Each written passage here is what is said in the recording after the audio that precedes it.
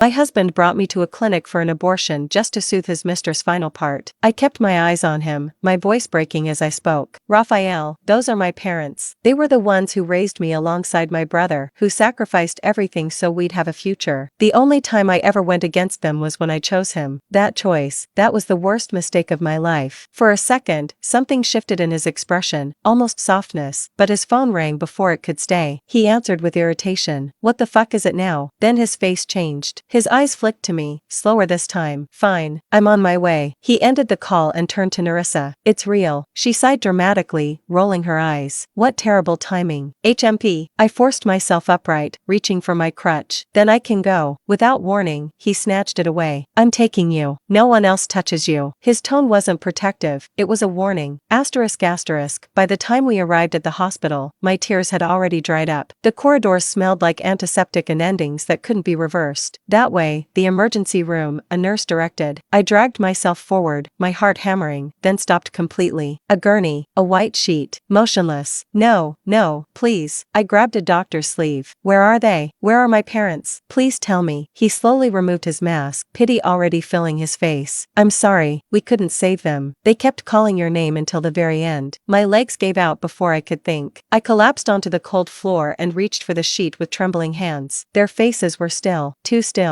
pale like everything had already left them. Mom, Dad, my fingers brushed their cold skin. I'm sorry, I'm too late. I'm sorry. What were their last words? I forced out. The doctor hesitated. They drifted in and out of consciousness. They kept repeating your name, Amara, and telling you to leave your husband. Don't you dare say that bullshit from dying people. Raphael snapped instantly. Show some respect. The doctor flinched, but I barely heard him anymore. Everything inside me was already sinking into something deeper than grief. Asterisk asterisk. When we returned to the villa, I walked through it like something empty, still learning how to move. My parents were gone. Nothing Nerissa did after that could cut deeper. I was already ruined in a way that couldn't be repeated. For the funeral, Raphael allowed me to attend, but only with 4 guards shadowing me like I was dangerous. Rain soaked through my clothes as I knelt before their graves. My brother Marcus wasn't there. Only silence, rain, and men watching me like a prisoner. Time's up, one of them said flatly. I pressed my hand against the stone. Mom, Dad, I'll leave, I promise. Back at the villa, my silence seemed to irritate him more than anything else. Raphael began flaunting Nerissa openly, making me serve them wine, polish their shoes, scrub floors on my knees. Nerissa smiled every time like she was playing with a toy. She pressed her heel down on my fingers. Look at you. Once a ballerina, now crawling like a stray. I didn't react. Pain had stopped meaning anything. Only something heavy and dull remained inside me. That night, a scream shattered the silence like a staged alarm.